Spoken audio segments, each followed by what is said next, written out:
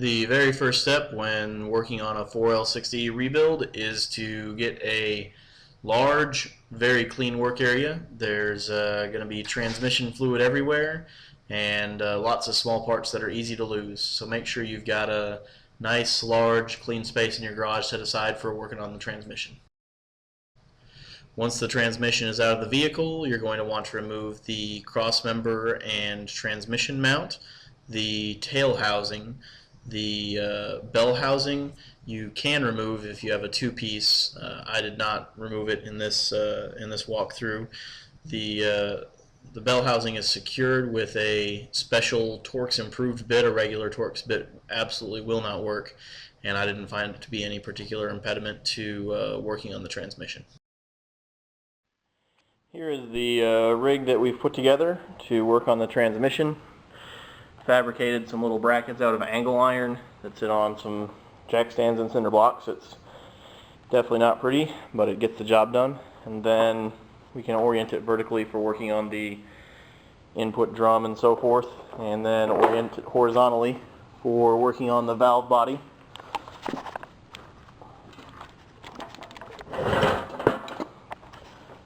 Like so.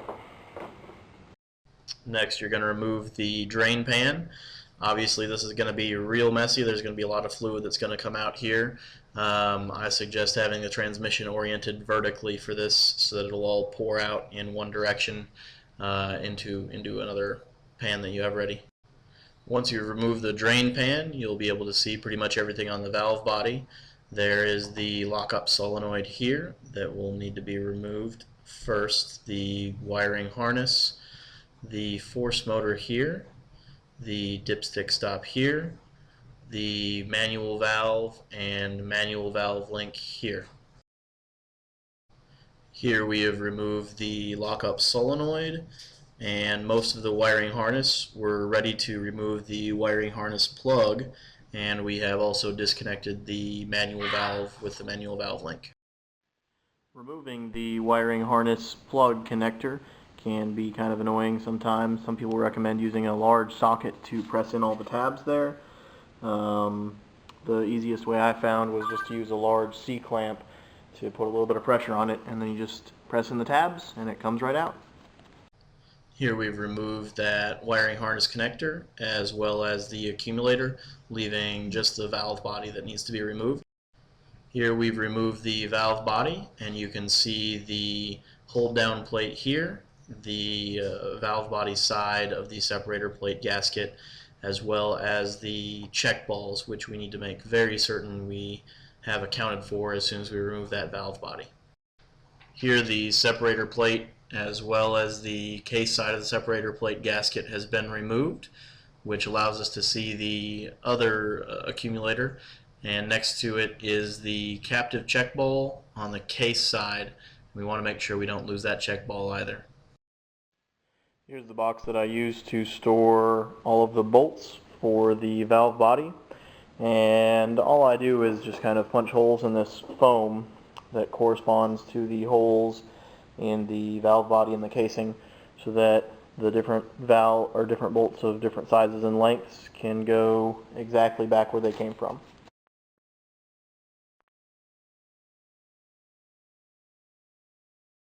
Here's what the valve body looks like once you get all that nasty old transmission fluid cleaned off.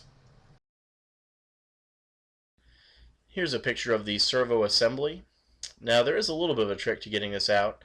After removing the snap ring, the cover will be loose but will still be held in by the O-ring.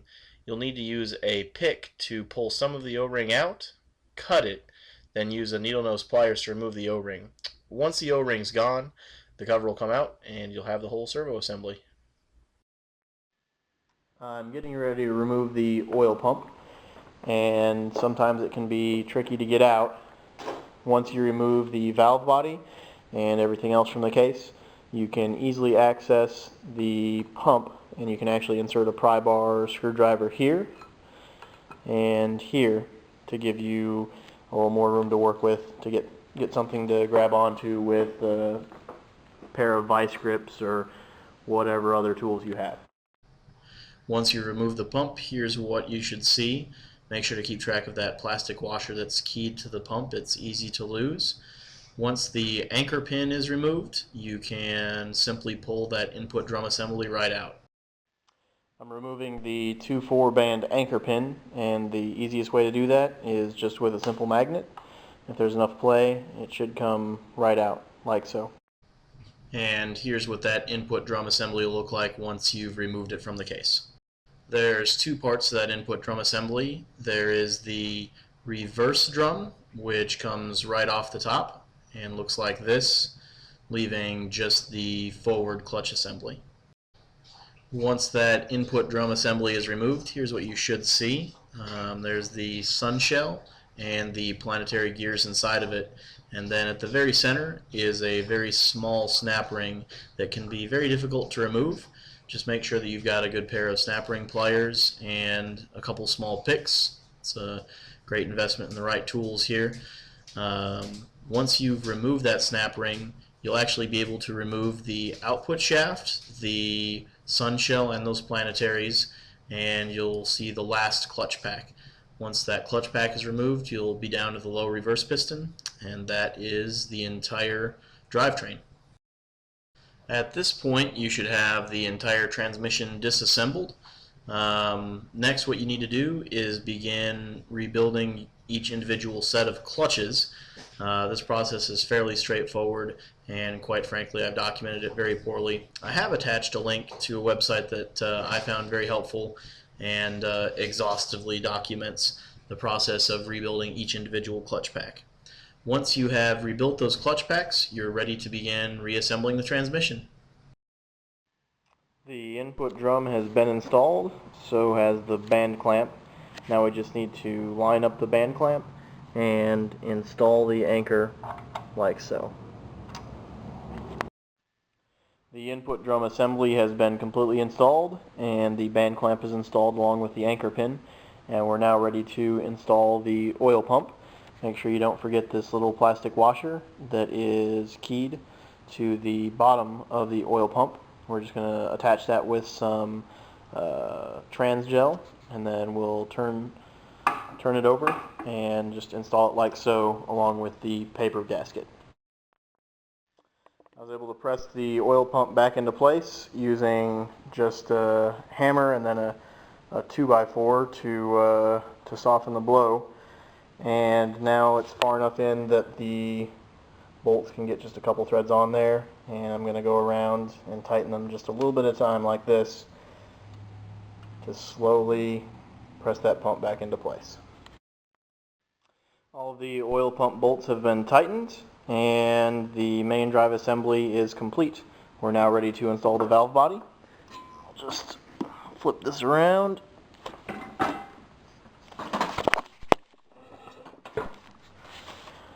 To a horizontal configuration to work on it easier. First, we need to install the separator plate and the valve body gaskets and replace these screens here and here. Of course, make sure everything is cleaned properly. If you have the correct gaskets and they're lined up properly, none of the holes should be covered up, and then you should properly see the V and C for the valve body and case sides of the gasket. We're ready to begin installing the separator plate, but first we want to check for the two captive check balls there that are on the case side of the separator plate, not the valve body side. The first one is here. That'll usually stay in place, and then the other one goes right here, and that will usually come out when you're doing a rebuild. So make sure you put that back in before installing the separator plate. Install the accumulator piston, rod, and spring.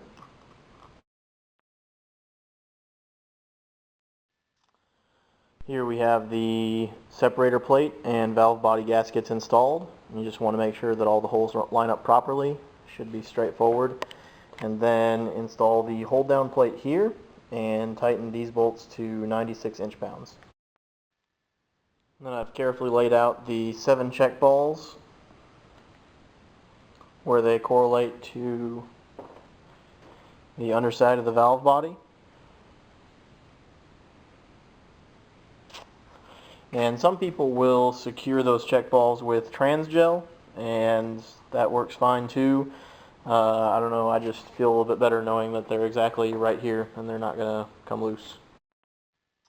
Now the valve body is set out on the case. We've attached the manual valve link to the manual valve, and then we're going to loosely install a couple bolts here and here to hold down the valve body while we begin attaching the wiring harness.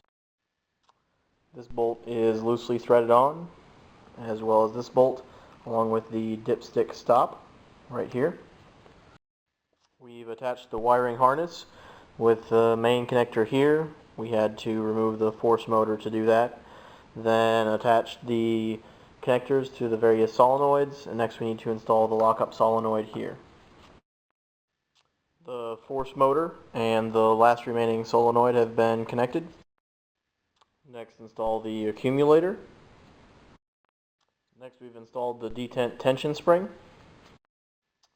Now we can begin installing all of the remaining bolts in the valve body. We're going to start in the center and work our way outwards, starting with a very small amount of torque, just finger tight, then 50 inch-pounds, then all the way up to 96 inch-pounds.